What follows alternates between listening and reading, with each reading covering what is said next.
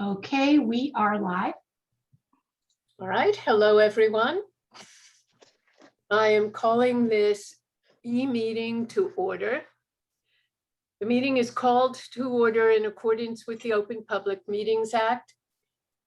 Annual notice of this meeting was provided to the Home News Tribune, the Star Ledger, and the Highland Park Planet on February 6, 2021.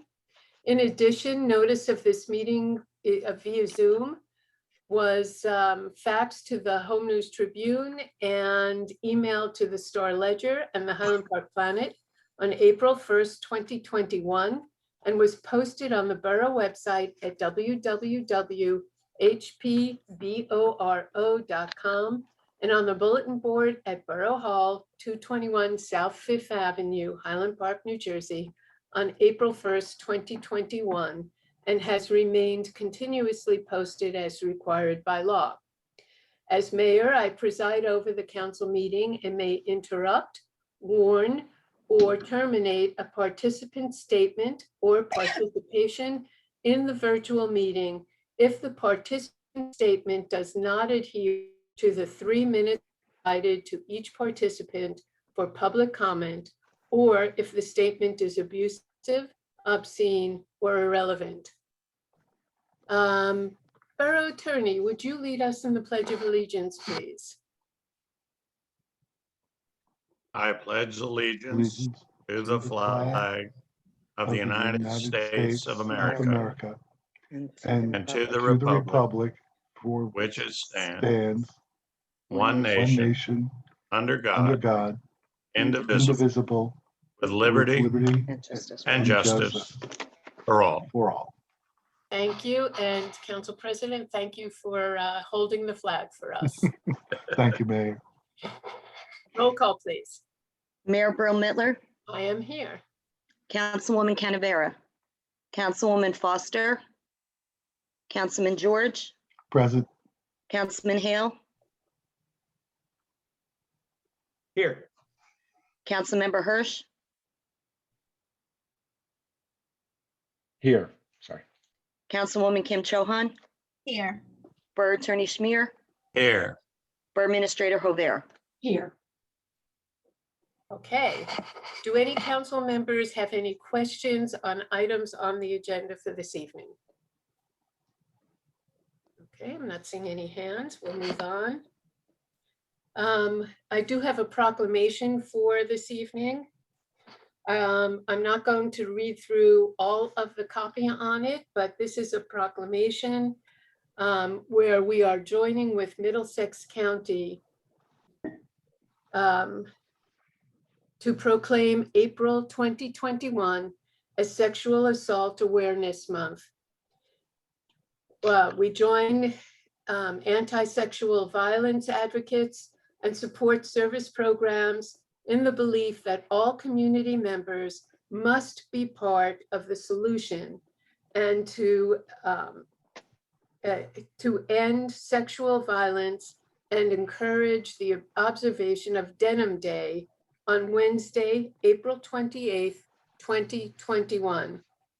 I want to urge everyone to join me in wearing blue denim on April 21st, 2021. Sorry, April 20th, 2021. So that we can clearly show the rest of the town and join with the rest of the county to proclaim that sexual violence and assault must end. Thank you. All right. May I have a motion to approve the minutes of the regular work session meetings held March 2nd, 2021 and March 16th, 2021 as distributed? So moved. Second. Roll call, please.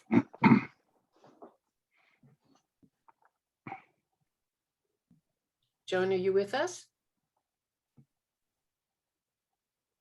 Councilman George, Yes. Councilman Hale, Yes. Councilmember Hirsch, Yes. Councilwoman Kim Chohan. Yes. Okay, we're going to start with our council reports, and as usual, I'm going to go in order of how you all appear on my screen. And so, Councilman Matt Hirsch, you are up first. Right on. Excuse me, don't mean to be so formal, informal. Thank you, Mayor. And I hope everyone's having a wonderful April and enjoying this amazing weather that's happening outside, and that are using our outdoor public spaces. I just very briefly, I'm really pleased to report that the World War I memorial statue, otherwise known as the Doughboy, will be restored by Memorial Day. Memorial Day observance or celebration that we have. With the help of the Highland Park Historical Commission and our Cracker Jack Borough staff, including Emma Missy and Terry Hovere, we found a company that will repair the Doughboy statue and replace it on its pedestal at Woodbridge and Raritan. 2020 was a terrible year for many reasons, and it was the year that the Doughboy fell. 2021, however, will be the year that the Doughboy takes its rightful place in the center of town, and I'm really excited about that. It's an icon. It represents a lot. I think there's a lot of community pride around that statue, and that's just really good news. And so thank you so much to everyone that helped. On our consent agenda, we'll be approving a resolution that authorizes our July 4th fireworks to take place on Thursday, July 1st, with a rain date of Monday, July 5th. Stay tuned for more details about that, but please save the date. That's Thursday, July 1st. Also, please stay tuned to see how this wonderful outdoor community event will take place with the proper safety precautions in place. And then just finally, our deepest condolences go out to the family of Middlesex County Commissioner Deputy Director Ken Armwood, who passed away suddenly on March 29th. I am going to briefly share my screen. Deputy Director Commissioner Armwood was a lifetime public servant. He was elected to the Piscataway Board of Ed in 2019. I'm sorry, at the age of 19. So excuse me, and served on his town council and eventually on the county board of commissioners. And anybody that met him knew that he was so committed to public service, would greet any challenge optimistically and enthusiastically, and was a real friend, I think, to anybody who served and who knew him. So it's a big loss for Middlesex County, and I think we've all stated too that he was a friend of Highland Park. He had a focus on economic development. He educated youth to get on track either in the workforce or in college, and then he took his talents to East Brunswick as the economic development director there, and so really believed in kind of growing local economies through human capital from the ground up, and really lived his life through that lens and through the lens of public service. And so we will miss him dearly. I just offer congratulations to Chanel McCollum, who was appointed to the Board of Commissioners yesterday, and she comes from the Piscataway Township Council as well, and actually succeeded Ken Armwood on the Piscataway Council when he became then freeholder. And so we wish her the best of luck and look forward to working with her. And that's my report. Thank you, Mayor. Thank you, Councilman. Stephanie, Councilwoman Kim Chohan, could you give us your report? Sure. Tonight, we will be voting on our 2020. Am I still muted? No, okay. On our 2021 municipal budget, our borough administrator will be doing her annual budget presentation as well. I also would like to have a few thanks. Thank you to our amazing group of volunteers in town working day and night to book our residents for vaccines. They are doing incredible work. My husband and I received our first dose thanks to their help. Your efforts get Highland Park one step closer every day to a healthier community. Thank you. Another Thank you to the HP Chinese Association, Ethos New Brunswick, and Anti-Racism in Action for hosting a Stop Asian Hate rally last month. Sorry. It felt remarkable to see all of our Asian residents and allies coming together, supporting each other. Thank you. The governor held an Asian American roundtable with electeds throughout the state. There were a lot of discussion on getting the word out on what to report within the community. One of the things that we tend to overlook, I think that we all agreed on, was cyber crimes and where to report. They do have a link. It's www.cyber.nj.gov/report.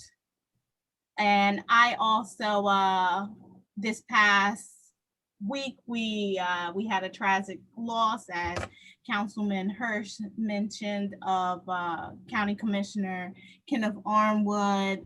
Myself and Councilwoman Foster attended the services. It was just lovely, very moving, and he will be deeply missed. Lastly, it wouldn't be right if I did not mention on this side, as a finance, April is National Financial Literacy Month. A goal of this month is to encourage people to determine their financial weaknesses and develop a budget. And I'm sure I'm not the only one that received a substantial less credit card bill this same time last year because we were on lockdown. And that was a big wake up call to me on the amount of I'm spending. So try to make some time to look over your finances this month. And that's my report, Mayor. Thank you, Councilwoman. Welcome, Councilwoman Foster, and you're up for your report.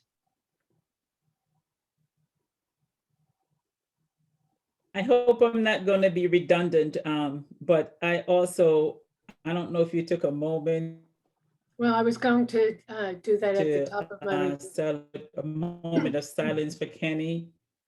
Kenny was a dear friend, a huge supporter, a very huge supporter of the Caribbean community.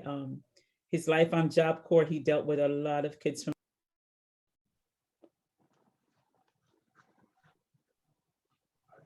Elsie, you froze. You're frozen. She must be having some internet challenges. Okay. So why don't we move on and we'll come back to Elsie, Councilwoman Foster, when she can unfreeze. All right, you're up next, Councilman Hale. Thank you, Mayor. Absolutely feel the need to be redundant. I don't know what just happened. I Okay, don't know I just don't know Okay. what happened. I got kicked out, but I'm back. I'm sorry about that. You froze. But as I was going to say, Kenny was a huge supporter of.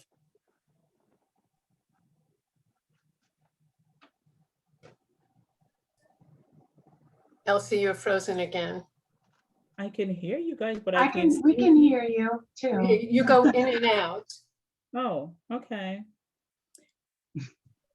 All right. I was saying that, Kenny has been a huge supporter of all the communities, but especially. It looks like Elsie is having trouble again. So Mayor, I'll give her a quick call. If you don't mind, that would be great. And I'm going to move on to Councilman Hale. Back. Or not. I would say that he's been a huge supporter. And when I reached out to him and say, hey, you want to be the Grand Marshal? It was not a moment of hesitation. And this year would have been the 6th year that he would have served as the Grand Marshal for the Caribbean Festival.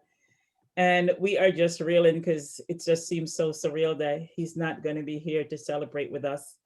A life well lived. He lived many lifetimes in his short tenure here on Earth. And he did some amazing things for everyone across the spectrum.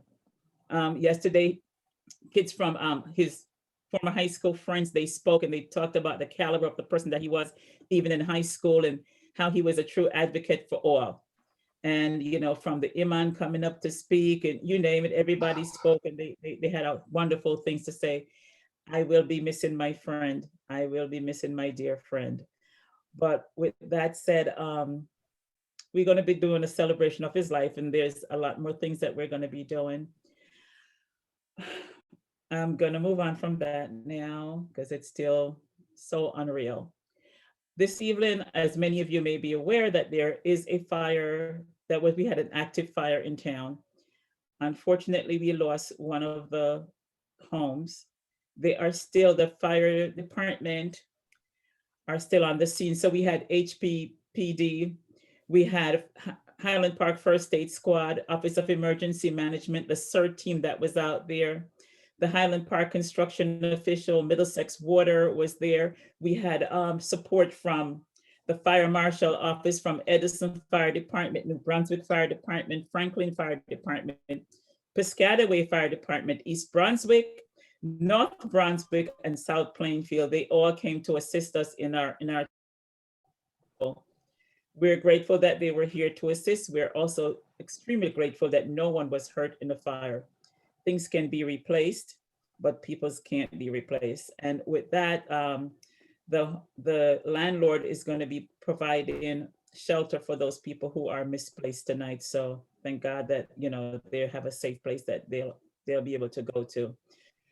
I'm very happy that assistance is there for those who have been misplaced, and pray to God that they'll work through finding permanent residents soon, and whatever can be salvaged from the homes that weren't burnt down will be able to be salvaged.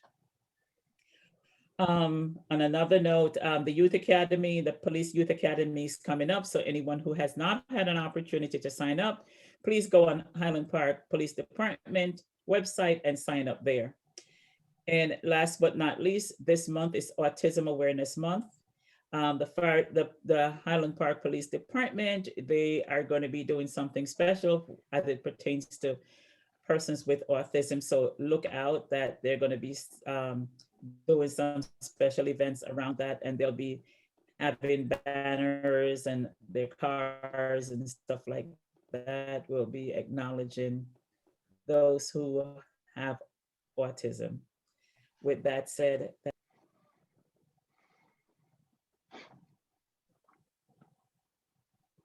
Elsie, are you done? Can you nod? Okay, thank you. my connection is terrible tonight. It's okay, we Blink got once. the important stuff from you. Okay, Councilman Hale, let's try number 3. Okay, here we go. You know, I feel it's really important to just add my voice to what Matt, Stephanie, Elsie, and everyone has said about Kenny Armwood. As Matt said, he was involved with economic development, and that was, you know, he did that in East Brunswick. He did it for the county. He did it in a lot of different ways, and I reached out to him when that became part of my bucket, and as gracious as you could ever imagine, that he was there to, you know, offer assistance and support and point me in the right direction in many different ways. You know, so I think it's so important to recognize a life of service. And it really was a life of service. He was elected at 19 and never left. And that's pretty impressive. So we had planned to come to Highland Park and have a schmear of cream cheese at one point, and we didn't make it, and I feel bad about that. But I think it's important, you know, Stephanie, and you've heard a lot of thanks tonight, but we have fantastic volunteers that we need to say thank you to. We have fantastic people who are helping our community in so many different ways. I just wanted to add my thanks to the staff that we have. The budget process, the redevelopment process, all of the things that we're doing right now it's a lot of work, and it's a lot of time and effort. And I just, you know, I wanted to thank, in addition to all of the first responders who came out for a fire today and everybody who helped with that, I wanted to make sure that we reached out and thanked Ed and Lori and Chief Abrams, Jen, Joan, Emma, Jim, Chris, Joe, all of the folks who've been working on that. And of course, our absolutely fearless leader, Terry Hover, who we really are very lucky. And I wanted to make sure we said thank you to her tonight, as especially tonight. So I think that's my report, Mayor. Thank you. Council President Phil George, do you have a report tonight? Yes, and Mayor, again, I also join in condolences and Miss Commissioner Armwood. I had the privilege of working with him in Piscataway over the years when I was prosecutor there in programs for youth and diversion, and trying to actually do away with my job as much as possible to make community involvement more important. And I since then have reached out to him a number of times with questions related to programs that we could make work. Councilwoman Kim Chohan mentioned the volunteers who are working toward getting bookings for vaccinations. I'd like to make a special reach out to them. I was on the state register list and also the hospital lists, and waiting and getting reminders that soon we'll get to you. Finally getting very frustrated, especially being a target on a number of unfortunate levels for the Class B. I reached out to Abby Stern Cardinal. Within 2 hours, I had an appointment, and within 24 hours, I had my first vaccine. And I asked her, I said, I know that volunteers have said you won't accept anything for doing this volunteer work for all of our residents. Is there some way that I could thank you by making a donation in your name? So Mayor, although electronic transfers seem to take forever to the borough, please accept a donation of $100 to the charity that they selected, which is the food pantry, in their names. And they said that they would be glad if I read their names out. It's Abby Stern Cardinal, Grace Tien, Nayla Caruso, Erica Oranger, Laura Christensen, Eric Lipton, Amanda Potter, Tamagina Hazra, Rose and Mark Tripodi Di Lorenzo, Jenny Chapman, and Rebecca Hirsch. They remind me of my college-age teenager who can do anything technical except clean his room. And how they accomplish what they do, I don't know, but I'm pleased to make a donation in their name. And also anyone else who's been helped by them, even a $5 donation to the food pantry will help that organization to survive through the pandemic. You'll all notice that there are a number of large trucks which are working on jetting the sewers right now. It's part of the Middlesex Water contract. There's no particular emergency, but as part of our program of upgrading and inventorying our infrastructure, they are jetting all of the sewers in order to determine their validity, and later we'll be checking the flows. The other good public works thing, which we had courtesy of New Jersey Transit, you'll all notice that the stretch downtown of Raritan Avenue has been paved. The project was completed in a timely fashion. A note that in speaking with DPW, we've started the bulk trash pickup for April and May. The telephone number is available on the borough website, and also if you go to, and select Public Works, the number's available there. With regard to our snowplow evaluation committee, Mayor, we had hoped to be complete by March 31st, which was last week. However, because of the inability of a number of council members to attend the Public Works meeting, where we hope to bring together all the individual parts that we've been working on, we will finalize that at the meeting week after next. I spoke to the council members on that with regard to their contributions. There's a draft circulating, and we will have that report ready. On tonight's agenda, there is a grant request and authorization for the Environmental Commission for a grant for $1,500 for maintenance down at the Meadows Trail. Both the Meadows Trail and the Native Plant Sanctuary have opted to go more with maintenance this year instead of planting, so we can maintain what we have and hopefully improve the conditions and make planting more viable next year. Finally, Mayor, just a report, I attended the Library Board of Trustees meeting last week. We discussed the second round library bond formation, which is out. The new director of the library feels that, and the board does as well, that some change in trajectory from last year's bid, as you know, we put in a bid for substantial improvements and repairs at the library, including some reorganization.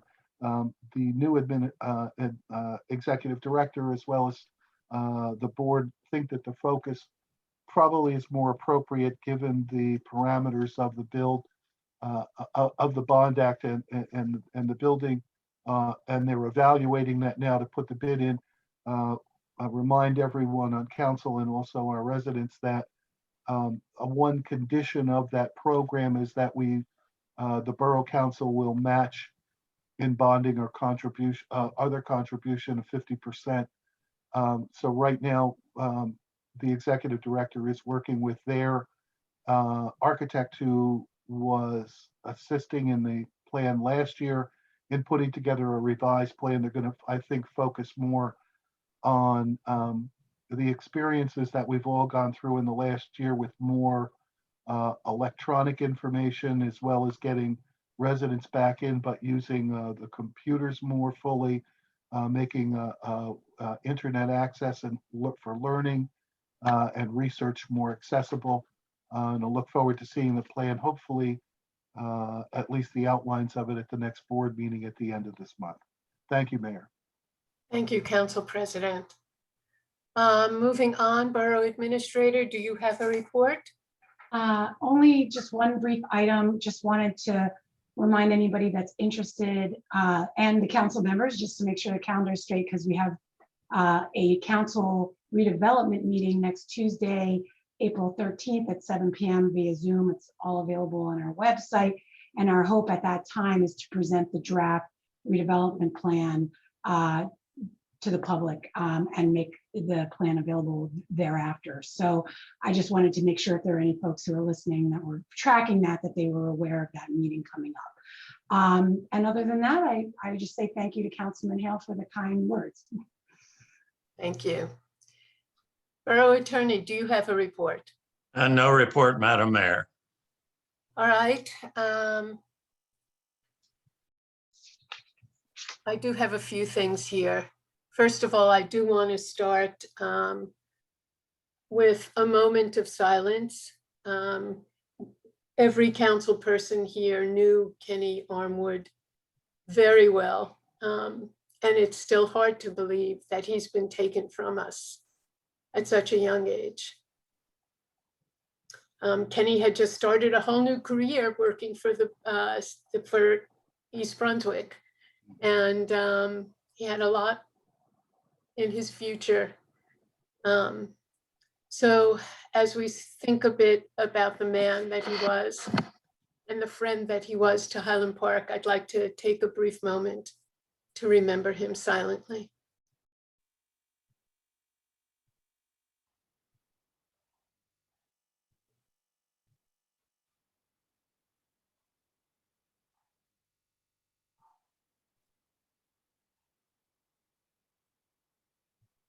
Thank you all. So I'd like to give you the latest update on COVID-19 here in Highland Park. At the end of March 2021, Highland Park had a pandemic to date total of 948 positive cases reported. That's approximately 6.8% of our population. The total number of new cases reported in March was 147, the third highest monthly total to date. There have been 15 new cases so far in April 1st through April 5th. According to the county information I received to date, 2,270 residents have received full vaccinations. That's approximately 16.2. Thank you for that applause, Stephanie. We all deserve that. However, that's only approximately 16.2% of our population. We still have a long way to go to reach our goal of 70% vaccinations. If you'd like assistance with appointments, please call Kim McGraw at the Community Center at 732-819-0052. She is working very closely with the group of volunteers who have been mentioned this evening. It's particularly difficult for our seniors to arrange for vaccinations. Today, I received confirmation that Middlesex County Department of Health will be vaccinating senior residents of Highland Park at our senior housing building on Thursday. Registrations for senior residents of the building are already underway. Please remember that while we are getting closer to the end of this pandemic, it isn't here yet. Continue to wear a face covering when you leave your house. Wash your hands often.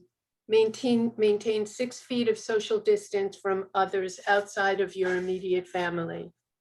We are in the home stretch on this. Let's not mess it all up now, please. I do want to mention as well that as this week is the week in which Yom HaShoah falls, the date set internationally to commemorate the Holocaust and its victims. And this week also follows Women's History Month. I will share the story of one inspiring woman, a Holocaust survivor, who lives in Highland Park. Her name is Ruth Bickard. Many residents may know Ruth as she's a frequent attendee at in-person mayor and council meetings, who is unafraid to share concerns about conditions in town, yet always respectful when she does.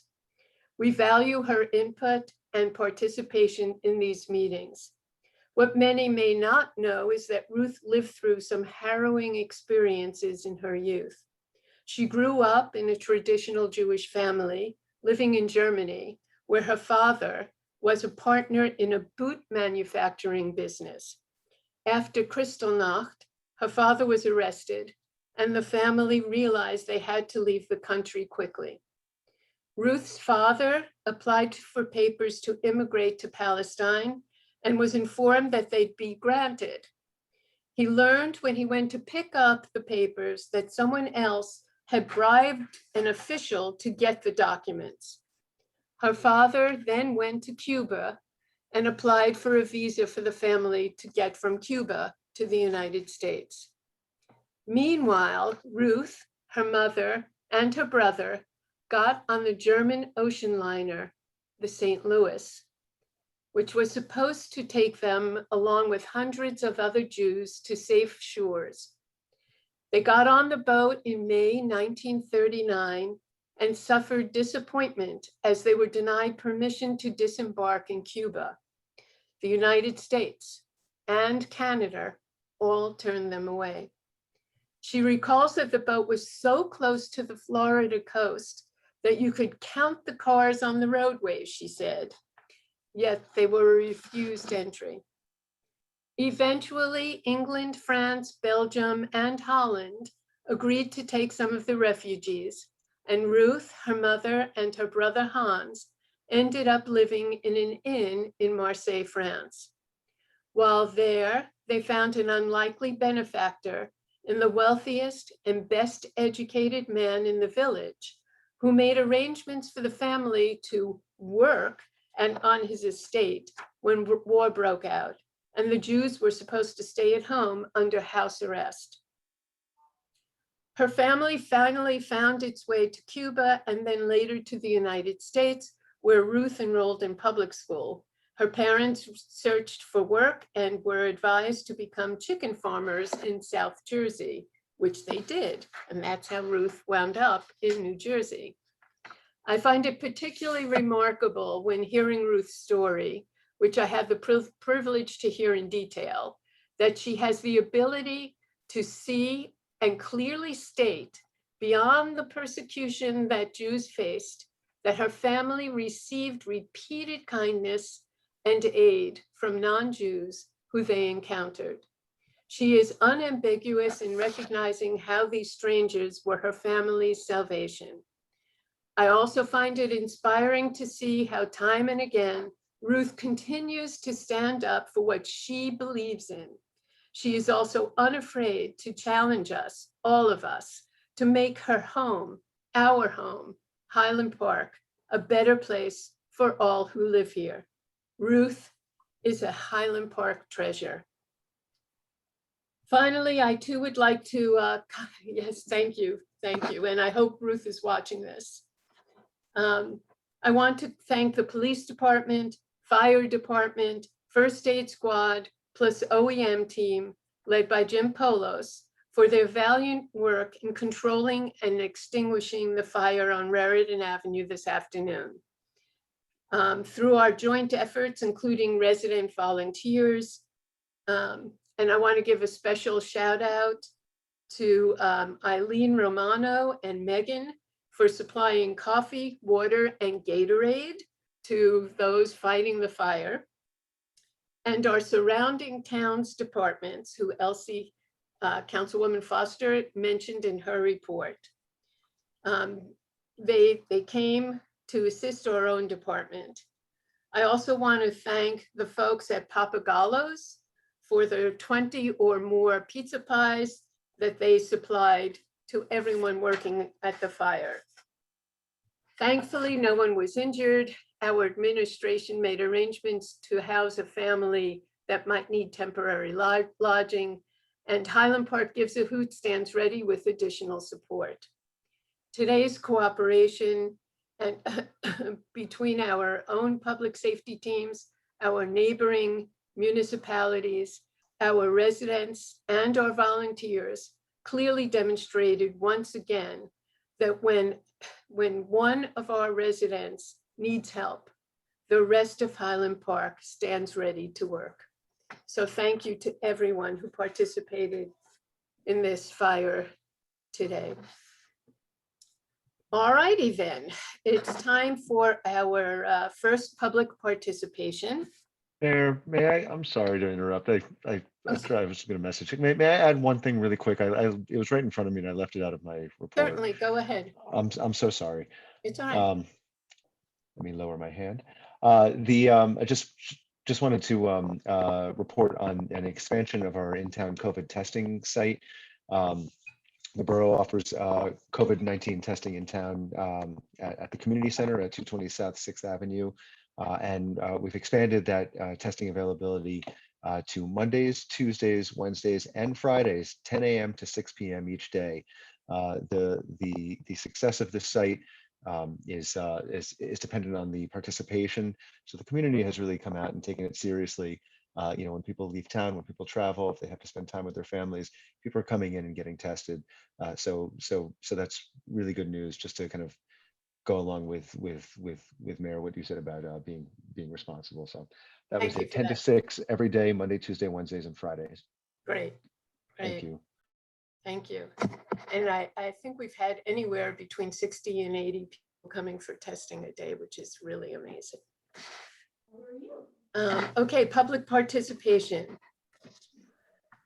It's now time for the first public participation session. Total time allotted is 21 minutes, 3 minutes maximum per speaker. Comments are limited to items on the agenda. If you want to speak on an item that is not listed, please wait for the second public comment session, which will be later in the evening. The borough clerk will monitor the time and indicate when 3 minutes has lapsed. She will give you a warning when there is 30 seconds remaining. There will be a hard stop at the 3-minute mark to make sure everyone has time to speak. As a reminder, I may interrupt, warn, or terminate a participant statement if it does not adhere to the 3 minutes provided, or if the statement is abusive, obscene, or irrelevant. If you would like to speak, please raise your hand by pressing *9 on your phone keypad or select the raise hand button on this application. The Borough Administrator will announce your turn by reading out your name or the last 4 digits of your phone number. Please begin by telling us your first and last name, as well as your complete street address. Again, if you would like to speak about a topic on the agenda, please press *9 or the raise hand button now. Borough Administrator, I'm going to rely on you to let us know. Sure. We have one hand raised, and I should mention we have 10 attendees at this point in the meeting. The hand I see raised belongs to Carl Prey. Could you please state your name and your street address for the record, please, and then you can begin. Hello, Hello. it's Mary Forsberg, not Carl Prey. Mhm. I happen to live within blocks of 2 houses that have been on fire now in Borough Hall. One on North 3rd, which burnt to the ground pretty much, and the one today on Raritan Avenue. And I'm very curious to know how the borough plans to deal with the fact that if you build 4- and 5-story houses, apartment buildings, how you're going to be dealing with fire problems without bringing in 8 fire departments from other municipalities. And I'm also curious to know if we have some kind of agreement with those municipalities for shared services. And if not, do we have to pay them every single time they come to put out a fire that our volunteer fire department can't put out? I've heard from a former volunteer fireman that he's really worried that there's going to come a day when, because our fire department is understaffed, that a whole block of buildings may burn down. And the fact that these are very close to where my house is and where the proposed parking garage and all of this other stuff is potentially going to happen, I'd like to know how you're going to respond to that. Plus the fact that I was told that some of the fire trucks had a lot of trouble in Highland Park because you've closed off South 3rd, and they had to turn around and go in a different direction. So, Mary, before we can answer any of your questions, I do need your street address for the record here. We need it for the minutes. Denison Street, I'm sorry? 317 Denison Street. Thank you. Okay, so you had a lot of questions packed into your request.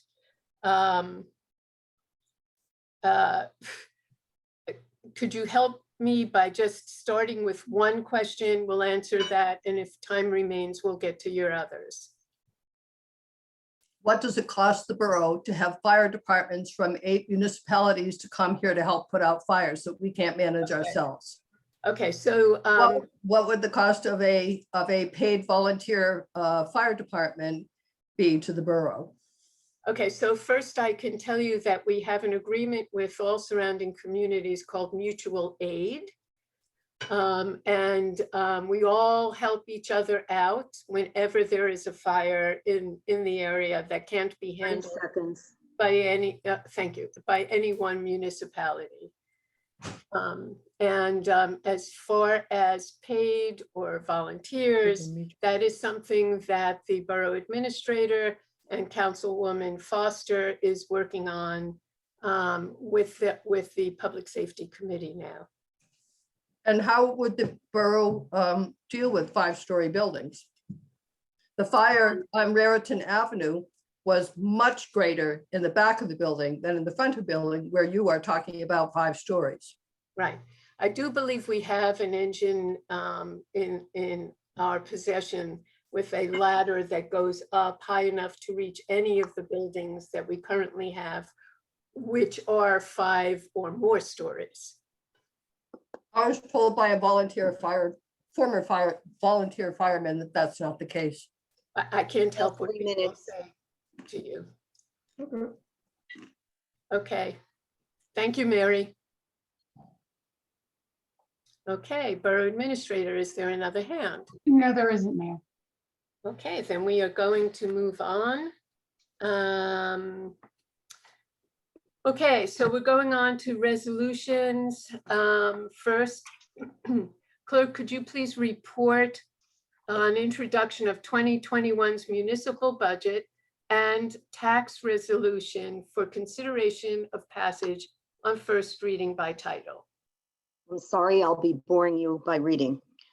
Be it resolved that the following statements of revenues and appropriations shall constitute the municipal budget for the year 2021. Be it further resolved that said budget be published in the Home News Tribune in the issue of April 16th, 2021.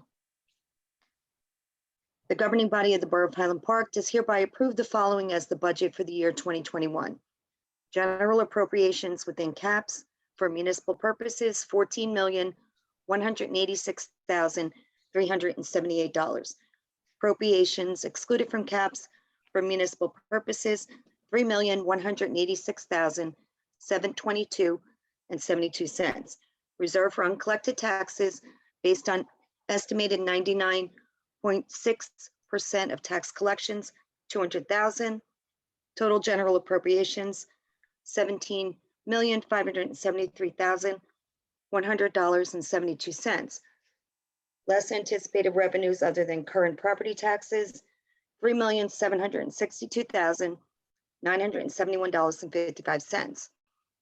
Difference, amounts to be raised by taxes for supportive municipal budget. Local tax for municipal purposes, including reserve for uncollected taxes, $13,340,854.01. Minimum library tax, $469,275.16. Total water and sewer utility revenues, $5,335,728. Total water and sewer utility appropriations, $5,335,728. Notice is hereby given that the budget and tax resolution approved by the mayor and council on May 4th, will be approved by the mayor and council on May 4th, 2021.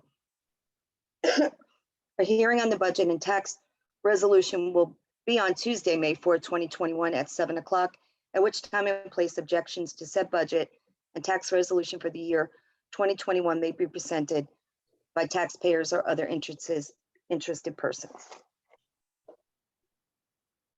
Thank you. And at this point, I'd like to ask our Borough Administrator, Terry Hover, to do her budget presentation. Great, and I'm going to do a share screen, so bear with me one moment. Can everybody see my sheet here that says 2021 budget presentation?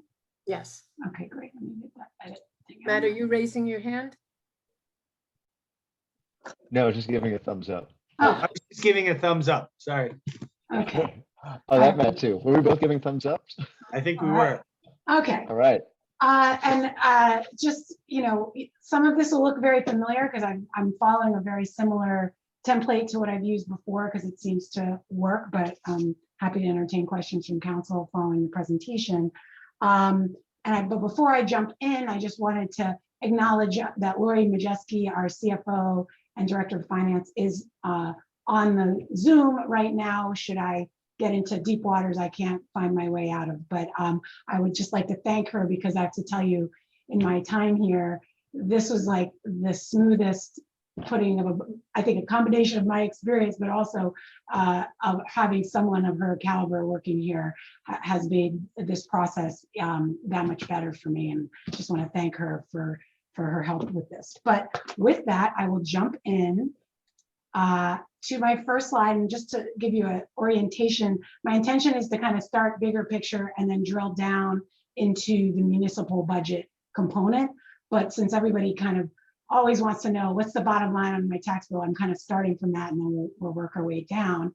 So as it says here, the total tax levy, the amount to be raised for taxes across all purposes, which by that I'm including the schools, which is 61% of our overall tax levy, goes to the schools. That includes the municipality, which makes up 27% for all of our operations, the county, and also the county open space fund, and the library statutory minimum. So all in, the levy, that the amount of money we're trying to raise is 50 million plus, okay, as you can see there. And again, I guess I want to, since this is the municipal budget introduction, and the other thing I meant to say on the opening is, these are the numbers as of today in terms of introduction. The county budget and the school budget, I don't believe have been adopted, but these are numbers that they gave me that I feel pretty confident on. So some of this could shift slightly. However, I think the percentages are solid. So I just wanted to make that point. You know, we have to use the numbers we had at the time of introduction for the purpose of this analysis. So long story short, this is the pie chart, and I'll say, having just redone this presentation for this year, the pie hasn't shifted. This is pretty much the outlook that we had prior years. So just to give a sense, it's just the overall amount to be raised has gone up with the costs, and I'll get into that a little bit. And to that kind of bottom line question that we usually get is, you know, what does this mean for the typical household? And by typical household, we get the average residential assessment. The assessor calculates that for me each year. And essentially, the average property tax bill at that average assessment will be, with this budget, not just the municipal, but the whole suite of county schools and borough and library, a $12,369 tax bill, or about $1,030 a month, just to give you some kind of order of magnitude. So what does that look like? What portion of that bill is going to the schools? It's about $630 a month. And what's going to the county, and I've combined open space and general county services, roads, parks, etc., $117.32 per month. And the library is just about $10 a month. It's just trying to give you some order of magnitude for what some of these costs are. And then last but not least, the municipal share, which makes up 27% of this pie chart, is approximately $3,300 a year, or $275 a month out of your overall tax bill for this average residential assessment, okay? We use that as a way to compare from year to year. So let me, now I have to minimize you guys because you're covering, some of your pictures are covering some of my screen, excuse me. So as I stated previously, the amount to be raised across all these areas is $50,039,999.55, and that's about $1 million increase from 2020 to 2021. Our total assessed value, and these are all the calculations that we use in order to establish the tax rate, has gone up by about 3.75 million. Last year we had the benefit of a $10 million increase. So that's one of those things that can change our outlook from year to year. But our overall assessed value is going up, which is a good thing, in part due to some of the new developments that have opened in town. And so our rate, 2020 to 2021, has gone up. This is across all the areas, not just the municipal portion, by 0.12. So essentially, when you compare 2020's average residential assessment with 2021, you're looking at an overall bill change of $173.96, or 1.4%. So that's kind of the property tax snapshot as we've come to show it from year to year. And so from there, that's a good lead in to the municipal budget. And the overall appropriations for the municipal budget is 17 million, that's being introduced here tonight, 17,573,172. And then the way that breaks down, and I'm going just in order of size, public safety at 28%. That includes all areas of public safety: police, dispatch, fire, municipal court, all of those things total 28% of the 17 million there. 19% covers administration, finance, recreation, aging, legal, planning, where you can, you know, pretty much everything that isn't covered elsewhere in this sheet would go into this topic. Public works, which includes both buildings and grounds, includes also roads as well as stormwater management. That's 17% of this budget, and 10% goes towards statutory requirements. That's police, fire, retirement, pension for the rest of us who aren't in that category, FICA, which is Social Security, et cetera, and an unemployment, et cetera, that the borough must contribute into. 10% insurance goes both liability and workers' comp and health benefits, 10% capital improvements and debt, and then 6% library. And one of those things that comes up each year, there's a statutory amount that the borough must contribute to the library, which let me see if I have that number handy, is $469,275.16 this year. And we contribute an additional $612,203.84 over that out of our budget toward the library to support the programming over there. So to look at it, kind of slice it a different way and compare it to last year, the 2020 budget versus the 2021, we're looking at a $686,000 increase, and that's about 4%. But I want to kind of talk about what some of those things are that contribute to that increase. And one of them I'm pleased to report is a positive thing.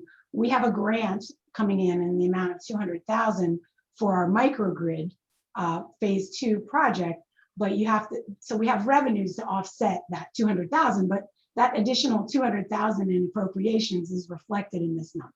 So that's an important thing and a good thing, and something that we should be really excited about. So that additional $200,000 is offset by grant funding that will not affect the amount to be raised by taxes. So that's one important thing. But it came up earlier, and I'll take the opportunity to mention now, one of the areas that increased significantly was staffing for the fire department. At the recommendation of the Public Safety Committee, we've put in to have additional paid staffing in the fire department to bolster our efforts. And so that's something we'll be implementing very soon once this budget process is concluded. So that's about $160,000 increase right there. Toward that, we had pension costs go up about 17% or $85,000. Debt service, $62,000 increase. Health insurance, $40,000 increase. We increased buildings and grounds to cover some of that much needed snow equipment, and about $40,000 there. And we also had to increase the amount we pay for salaries in our recreation department due to some shortfalls in our rec trust.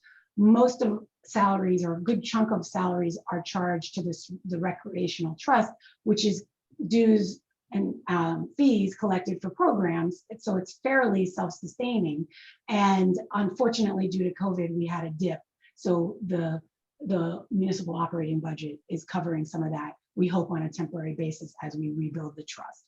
So just to give, that just gives you a flavor, but all of those items that I just mentioned make up a fairly large chunk of that increase, that total change in appropriation. So I just wanted to give you a flavor. It's not luxury items that we're talking about. These are fairly important things. Moving to the next row, amount to be raised by taxes. This is really where the rubber meets the road in terms of how much, basically, do we have non-property tax revenues to offset? So the increase in the amount to be raised by taxes is $341,929.31 between 20 and 21. And again, I just restated the total assessed value, which we did see an increase, which that also helps kind of offset some of the impacts on the property tax bill. So the municipal property tax per average residential assessment, the change between 2020 and 2021 comes to $63.82 for the year, or $5.32 per month, or 1.97%. So I hope that comes together with a cohesive picture of what we're doing on the municipal budget side. And last but certainly not least, I should mention the 2021 water and sewer utility budget. It is much more straightforward in that the revenues are what we charge for water and sewer with what's called rents, but it's essentially our rates. And also there's some miscellaneous fees we collect as people connect into our system. Those are the key revenue sources. Key appropriations were our contract operator, our operations and maintenance contract is $747,000 a year. Our purchase of water is about 1.6 million a year.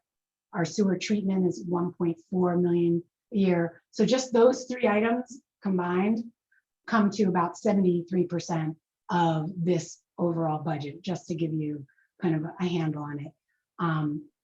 The last thing I'll mention is we have a busy year. We are now, I guess, let me think, we are now 9 months into our operations and maintenance contract with Middlesex Water, and things are progressing. A high priority project, as Councilman George mentioned, is the cleaning and TV inspection of the whole sewer system, which is going to give us very essential information as to where our high priority capital improvements will need to go. And so that's should be closing out in the next month or so. We are about to embark on a complete GIS mapping of the water system. And I have a kickoff on that later, I believe this week or next week. And these two components are critical elements of our borough asset management plan, which is essentially a living document that guides our decisions with regard to reinvestment in the system. And there are, the state DEP offer guidance for what needs to go into an asset management plan, and we'll be following that very closely. And then the other two projects that are high priority and are coming down the pike right now, we're in the process of doing a federally mandated system risk assessment with the help of CDM Smith, and we're embarking on a widespread meter replacement program for all borough-owned meters. We're this close to having our bid spec finalized and out the door. So we'll be talking a lot more about that very soon, because there's a lot our customers are going to need to know with respect to that project. And I believe with that, Mayor, that is the extent of my presentation. I don't know if you have any questions for me at this point. It's hard for me to tell. I need to remove your presentation. Do you want me to get, yeah, sure, I'm sorry. Here, I will unshare my screen. Sorry about that. Okay, now I can see everyone. And I can pop it back up if someone wants me to refer back to it. Does anyone have a question? Anyone on the council have a question for Terry before we move for a motion? Excellent presentation, Terry.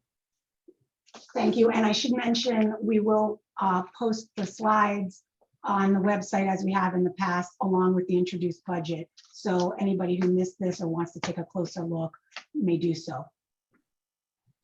All right, then may I have a motion to adopt or reject the 2021 municipal budget on first reading by title? So moved. Okay. Roll call, please. Councilwoman Foster,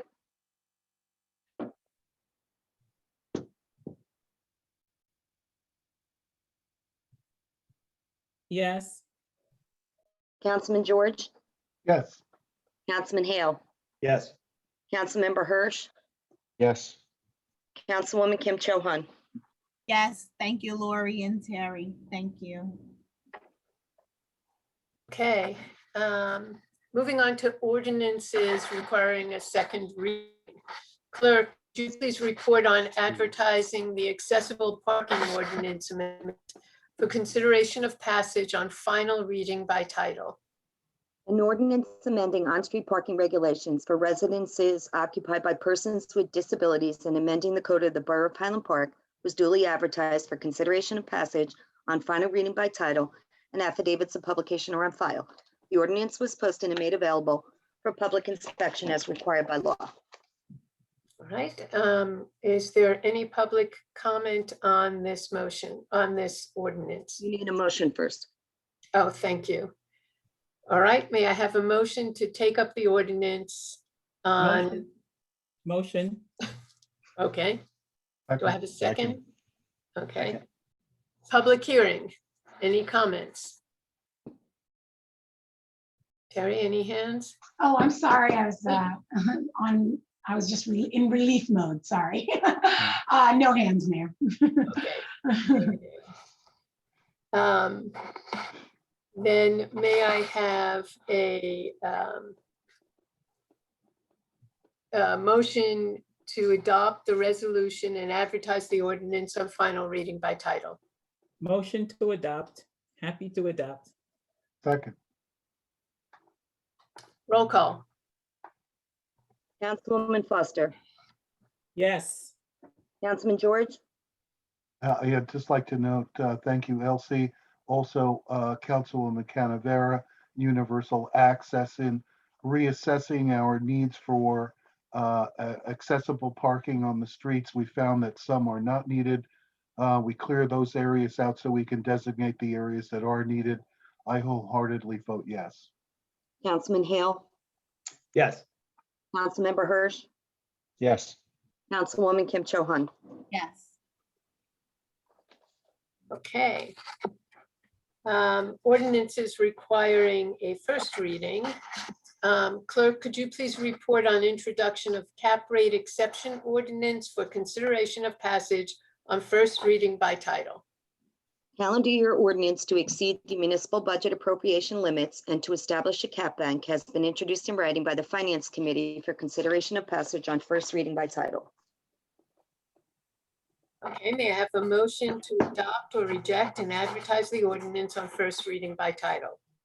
Motion. Second. Roll call, please. Councilwoman Foster, Yes. Councilman George, Yes. Councilman Hale, Yes. Councilmember Hirsch, Yes. Councilwoman Kim Cho Han. Yes. All right, we're moving on to the consent agenda items. May I have a motion to adopt items 15A through 15K on the consent agenda? So move. Second. Second. Roll call, please. Councilwoman Foster, Yes. Councilman George, Yes. Councilman Hale, Yes. Councilmember Hirsch, Yes. Councilwoman Kim Cho Han. Yes.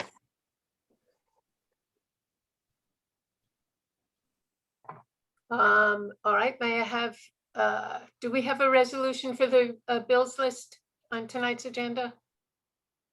We It's on do. there. It was It K. was 15K, Mayor. Oh, thank you. Okay. May I have a, I'm sorry, I'm moving on to my appointments for this evening for the Human Relations Commission. I am appointing Tracy Cangiano, John Adler, Doreen Moore, Eric Canavera, Michaela May, and Wenjing Wang. For the Mayor's Equity Advisory Council, I am appointing Hayden Sung. For the Historical Commission, I am appointing Drea Han. For Sustainable Highland Park, I am appointing Tina Weishaus. May I have a motion to confirm? So move. Second. Roll call, please. Councilwoman Foster, Yes. Councilman George, Yes. Councilman Hale, Yes. Councilmember Hirsch, It's a great group of volunteers. Yes. Councilwoman Kim Cho Han. Yes, but I don't have that on my agenda. For the Yeah, I historic. didn't see that either. Yeah, I for don't his- have historical commission I just either. said yes. Yeah, historic's not on the published agenda on the website. Drea is a regular attendee though, so we'll see. Yeah. Yes. She feels like she's part of the commission. Right. Yes. So we'll have to figure out how to ensure in the future that we get the correct agendas up there. No, they have the correct agenda. It might just be your copy that we cut and paste and fix with all your, No. that might be why. Okay, then we'll figure out how to get me a correct copy in the future. You get a new borough clerk. Okay, we're up to the second public participation. Each speaker has 3 minutes, but may comment on any topic. The borough clerk will monitor the time and will offer a 30-second warning and then indicate when 3 minutes have lapsed. The session will wrap up by 9 p.m. If you would like to speak, please raise your hand by pressing *9 on your phone keypad or select the raise hand button in the application. The borough administrator will announce your turn by reading out your name or the last 4 digits on your phone number. Please begin by telling us your first and last name, as well as your complete street address. Again, if you would like to speak about a topic on this agenda or off the agenda, please press *9 or the raise hand button now. And Borough Administrator, you'll tell me if you have any hands. I do not, Mayor. Okay. In that case, I'm going to ask the council if they would like a 5-minute recess before we move on to the work session. Mayor, may I Yes. suggest maybe the brief recess, because we're going to have to transition to a new link for the executive session. So maybe we do it then, unless someone's desperate. Wait, so you're saying you're recommending holding off on the recess until after the work session? Yes, sorry, yes, that's right. Okay, no problem. Unless someone's dying, I'm not going to say no, of course. Now, that's a good idea. Okay, well then we'll move along. There are 2 items on the work session for this evening. The first is an affordable housing update. Terry, would you like to give the council your update? Yeah, and it's very brief, Mayor. Everybody received a kind of interim report from our attorney, Michael Edwards of Serenian, Edwards and Nolan, who are affordable housing attorneys. Coincidentally, within a day or so, I received an email from our affordable housing planner. So they almost have ticklers on their calendar because we're getting close to the mid-year point when we'll be due for reporting back on our progress. So, you may have already read it, but I guess I wanted to tell you, I think it sounds a little stronger than I think they're lawyers, so they want to get our attention. But the mayor and I met with Mike Edwards to discuss the memo, and he's feeling very encouraged about our status right now in terms of our compliance with our fair share housing settlement agreement. We are going to need to submit a monitoring report mid-July, as we did a midterm report, last year in July. But I think we're well positioned. A lot of the discussions around redevelopment, we briefed him on kind of what's going on there and how that's all intended to be inclusionary. Those are all projects we didn't even include in our settlement agreement. These are prospective projects. So the more as we do and as we are kind of inclusive in our planning, I think we're going to show the state fair share that we're on the right track to meeting our and hopefully exceeding our obligations. But I did want to alert you to the fact that we will be submitting a monitoring report, and we'll certainly present the information to council and make it available. We are going to be monitoring our affordable housing projects that are happening in town, either borough or privately driven, like through the Reformed Church Affordable Housing Corporation, because those are all things that we can track to make our reporting that much easier. But I should tell you, we do have an administrative agent who helps us with that. CPG&H, our affordable housing planner, helps us keep on track, and so does our attorney. So we have a really good team, myself included. I'm very committed to making sure we meet our obligations and stay kind of in good standing. So the only other thing I will mention, because time does fly quickly, round 3 does end July of 2025. So blink and it will be here. So that's why we're very intent upon staying aggressive with our implementation and our tracking. And we'll certainly keep you guys posted as we move forward. Mayor, was there anything else from our meeting with Mike that you'd want to mention at this No, I point? think you covered everything. But it was a very positive, but you Yes. have a memo in your inbox. If you haven't had a chance to look it over, you could go back and find it, or if you can't track it down, I'll send it to you. That does a good job of kind of where we were, where we are, where we're headed. But the general, I want to leave you with a message that I think we're on a good track as we keep our focus on inclusionary development in our redevelopment process, and partner where appropriate on some projects in town. I think we will be in good standing, when the time comes and we have to close out round 3. Thank you. Any questions for Terry? All right, then we're going to move on to boards, commissions, and protocol. Because of COVID, we haven't had our annual get together with the chairs and vice chairs and committee members, if they choose to attend, of our boards, commissions, and committees.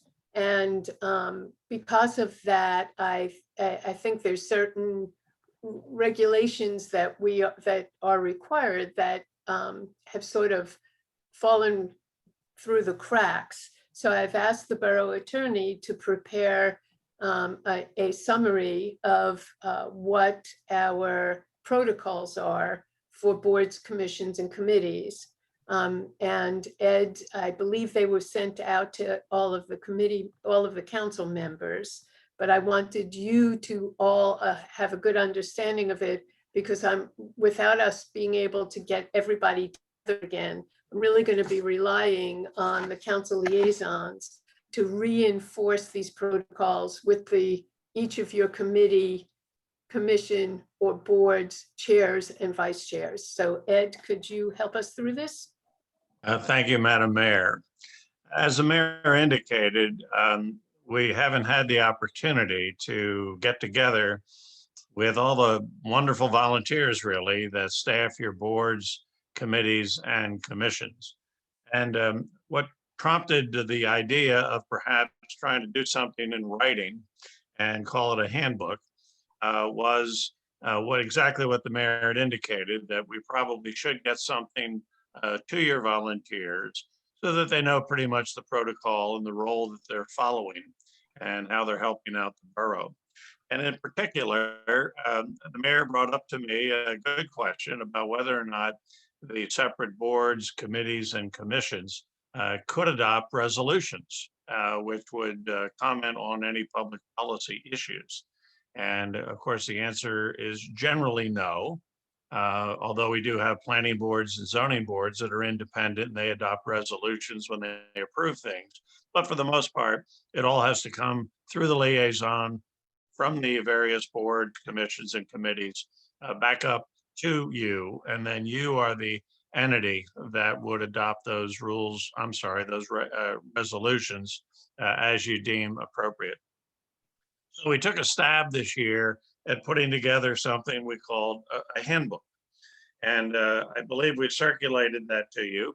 The first part of the handbook is a welcome and a thank you from you all to the folks that staff all of your boards, committees, and commissions, and point out to them the valuable work that they do and how really the borough couldn't function without having so many good folks step up and volunteer to do what they're doing. We begin on page 2 of basically highlighting their primary mission of most of your boards, commissions, and committees, and that is to be advisory to you as the governing body. So I think we thank them for what they're doing, but that we advise them that they are advisory and that they're supposed to pass their recommendations up about legislation or any other issues which are burning in the public sector to you. So for you to make the decision about what you would officially comment upon or what you would not. So we do indicate there very clearly that for the most part, the boards and the commissions and the committees do not make policy decisions, but make recommendations concerning policy decisions. instrument continues on page 3, and it's really intended just to give some direction or some outline to how, for example, the chair of a given board, commission, or committee should conduct the or operation of that entity. And we talk about how we suggest that the chair be instrumental in putting together the agenda, presiding over the meetings, and so on. Again, I don't think it's anything terribly startling, but it's just an intention to have something that perhaps a new chair stepping up, maybe served on a committee or a board for a while, and now is being asked to become the chair. And he or she could refer to this document and just kind of an outline, a comfort level about what's expected of them as the chairperson. We also talk about the secretary. And one of the important things that we're trying to do, and I know Joan and her office is doing this for the council, and that is to make sure that we're more timely with the production of minutes so that we can have those posted and available.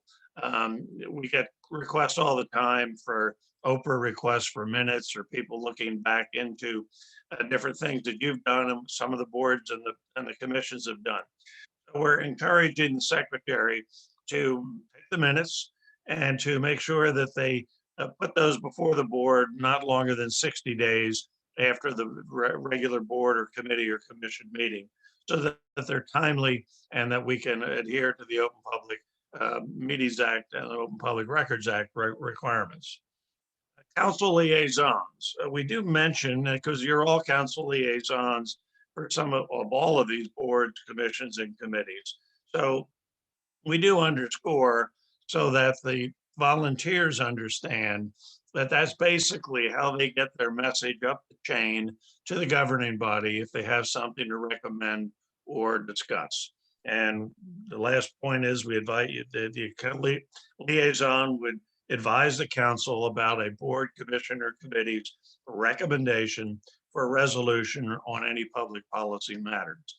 They don't adopt those resolutions, but they recommend those to you. You discuss and debate them, and then you make the call for the municipality.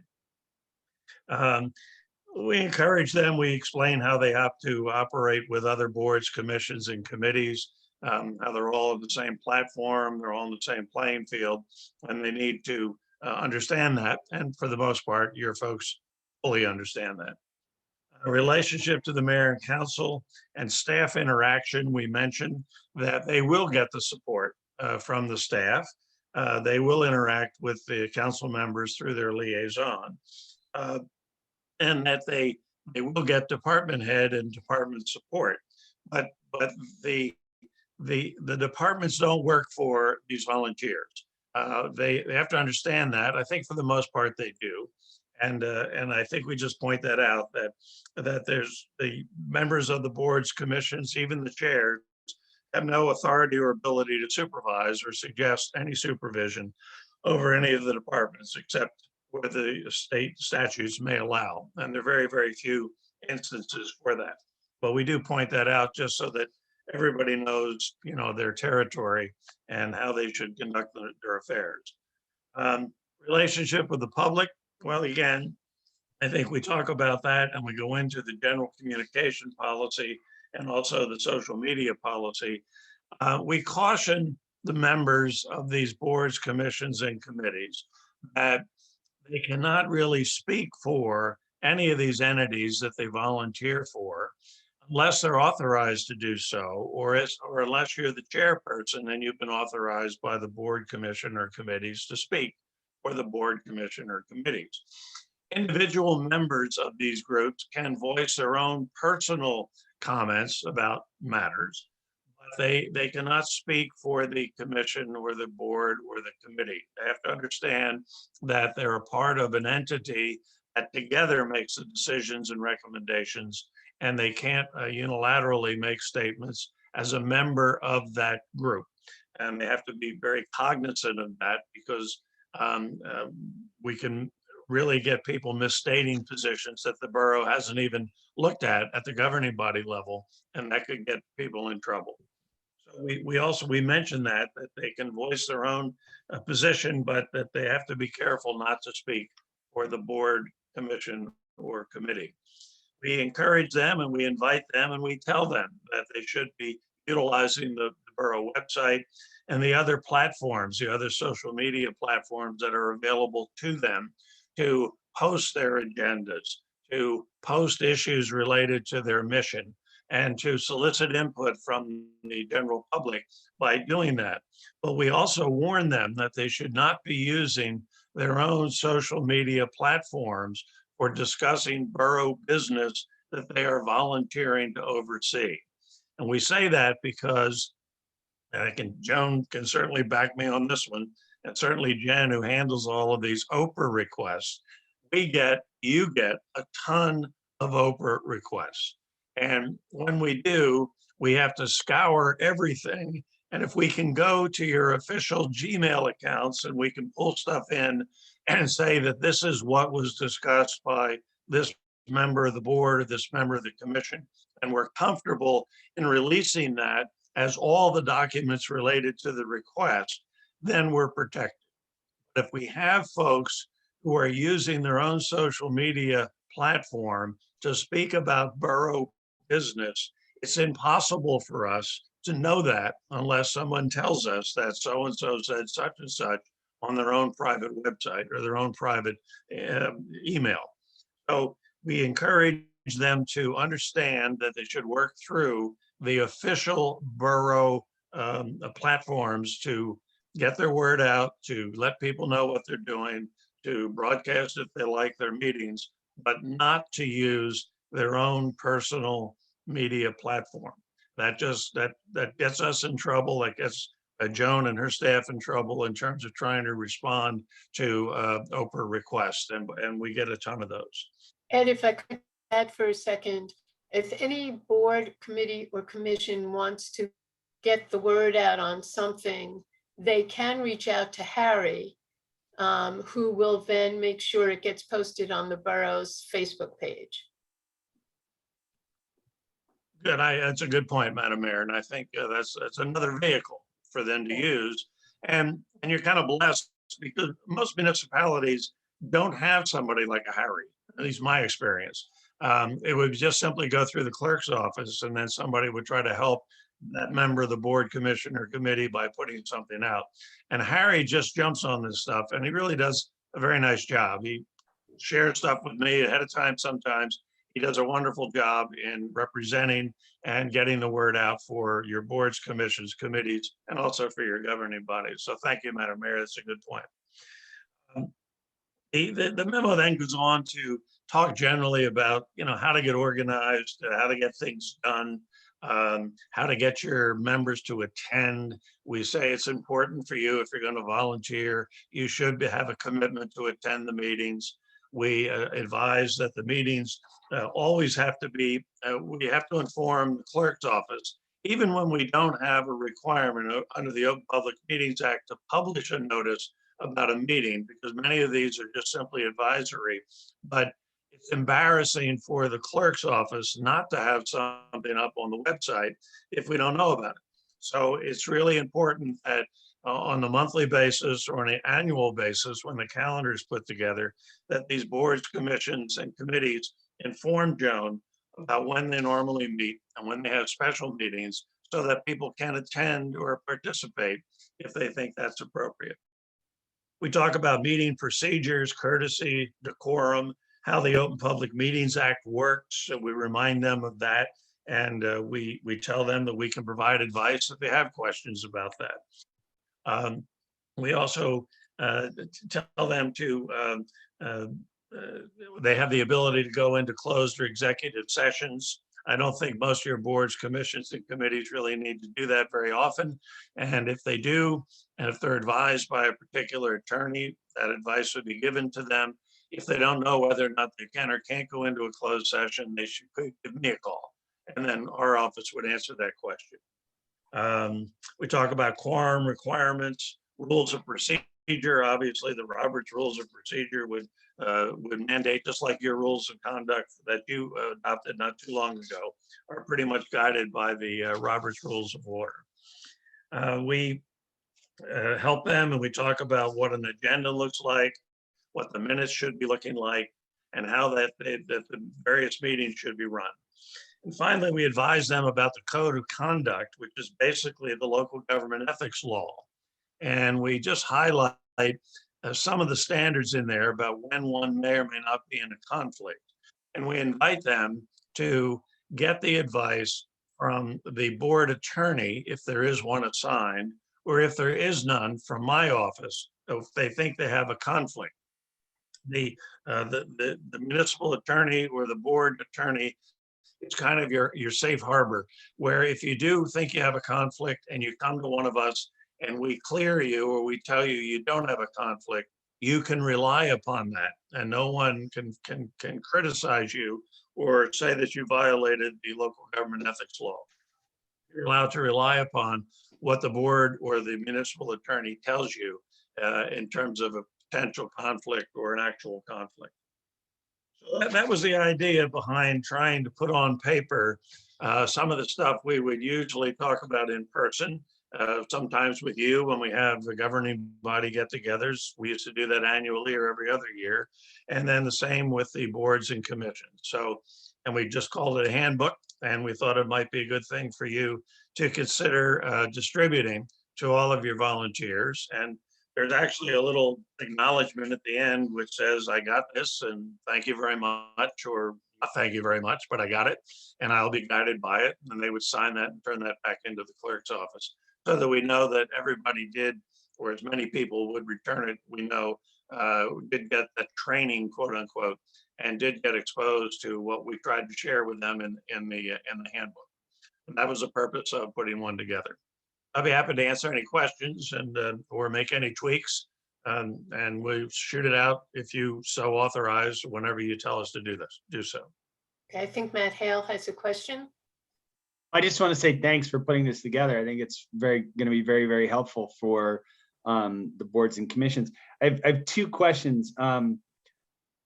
Is there a place specifically talking about reporting changes in the commission if someone drops off or when they drop off to the clerk? I often notice that there's a lack, like the committee may be made up of people and they don't report it to the clerk. If there's so that the official list of people who are on the committees is kept up to date. I know that Joan has a tough time keeping track of that, and I'm wondering if there's a way we can make sure that that's a part of it.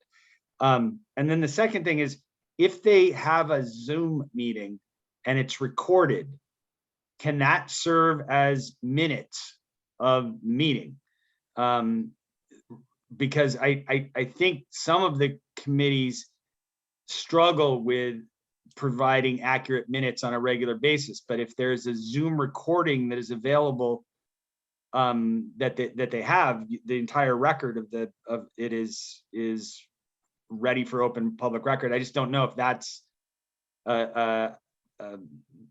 if you can make that substitution, if a recording of can serve as minutes, or there has to be written minutes.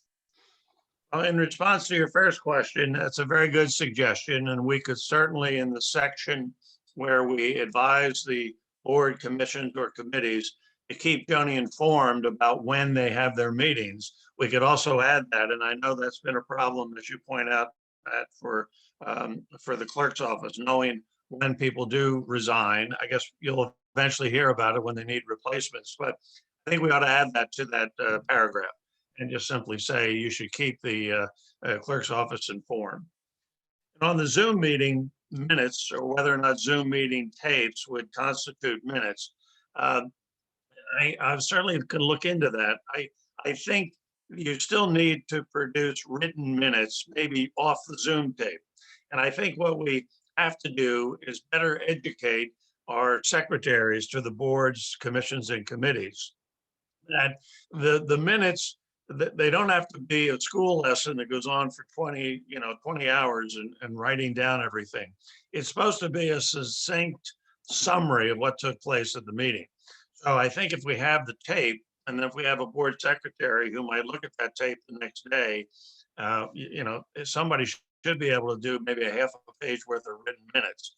But I'll take a look at that. I think we're moving towards probably having the law reflect that if you have a Zoom tape, that could constitute something for minutes. But since everybody doesn't have access to the computer networks and the ability to put that on, I think right now I would advise that you use that tape to help prepare your minutes, but you keep the minutes really succinct and pretty much, directed to what exactly took place and not a verbatim recitation of a tape. But I'll take a look at that, and if we can do that, we'll certainly work that in there. Thank you. And I think Terry has a question now. Yeah, I too appreciated what you put together, Ed. We also have a version of this that actually, I think it's a really good compliment. And I guess I didn't realize you were putting this together because I would have given it to you as part of your thinking. But we should talk about, we've in the past, we don't do it every year, but we convene the chairs and we review procedures, and you've done a good job on some of this more technical stuff, but there's also things with respect to budget requests and other things that we've developed over the years. And I, if possible, either like to figure out how this is a chapter of we could combine these documents in some way so that it's a little easier for the board and commission members to use. But I'm willing to put some time and put some Emma's time into kind of merging these concepts. But before we share it, because I think there are some other things that I know that the clerk's office, the big one being the one that Matt, flagged, which is tell me if someone joins your committee and tell me when someone leaves, those kinds of things. I think would be a great package to present. And we didn't do a meeting this year because we couldn't convene in person, and it's a large Zoom to have because there's quite a number of people. But we are thinking that we're optimistically thinking about doing so next year. So this would be great to have in advance and then be something that we can run through. I will tell you, this is a lot more technical than any board or commission meeting, with the exception of the planning board and the zoning board that I've ever been to. So I'm assuming there's a little flexibility on style, but that if you're not sure, this is a good reference for how to handle the situation. And the reason that Ed is working on it, Terry, is because we haven't had those meetings. Committees, some committees have been functioning in ways that are not advisory. And so we need to make sure that they understand that their council liaison would take their recommendations, and then if the council committee for that particular area feels that something should be discussed, it'll go on to the work session, as opposed to them to actually taking action. So I think it's a good idea to eventually merge the budgeting and all of that stuff together. But for the short term, I want to make sure that the council liaisons can quickly communicate to their committees and their chairs and vice chairs what their role really is. That's fine. I think I just wanted you to know this other thing. Many of them have experienced the other document. Right. Well, let me share it with Ed, just because I think it may, we could say this is a supplement to previous things, and we'll be refining it, but for your day-to-day operation, this governs. I have no problem with that, Mayor. I just wanted you to be aware there was another document that many chairs will be somewhat, I know they'll remember having gotten it, whether or not they actually have read it or remember a single thing in it. That's another story. Right. A good suggestion. Okay. Anything else on, yes, Stephanie? Is it also something in there about the removal if you miss meetings for the members? Because I've been to meetings where some chairs will read a full-on statement about missed meetings. Then I've been to other meetings where it's just very informal. I don't think it's a format there. I remember one commission that I had, they had a member that just didn't show up. they asked me, and I really didn't have the answer as well, so they voted. They voted on the removal just so they can have the empty. They had a member that wanted a resident that wanted to join. So is it something in there for that? Well, we Eventually, can, gotta record the email, but. it's a good suggestion, Stephanie. We can add something. A lot of these boards, commissions, and committees handle that differently. Under the land use law, for example, if you miss so many meetings in a row, then boom, you can be kicked off.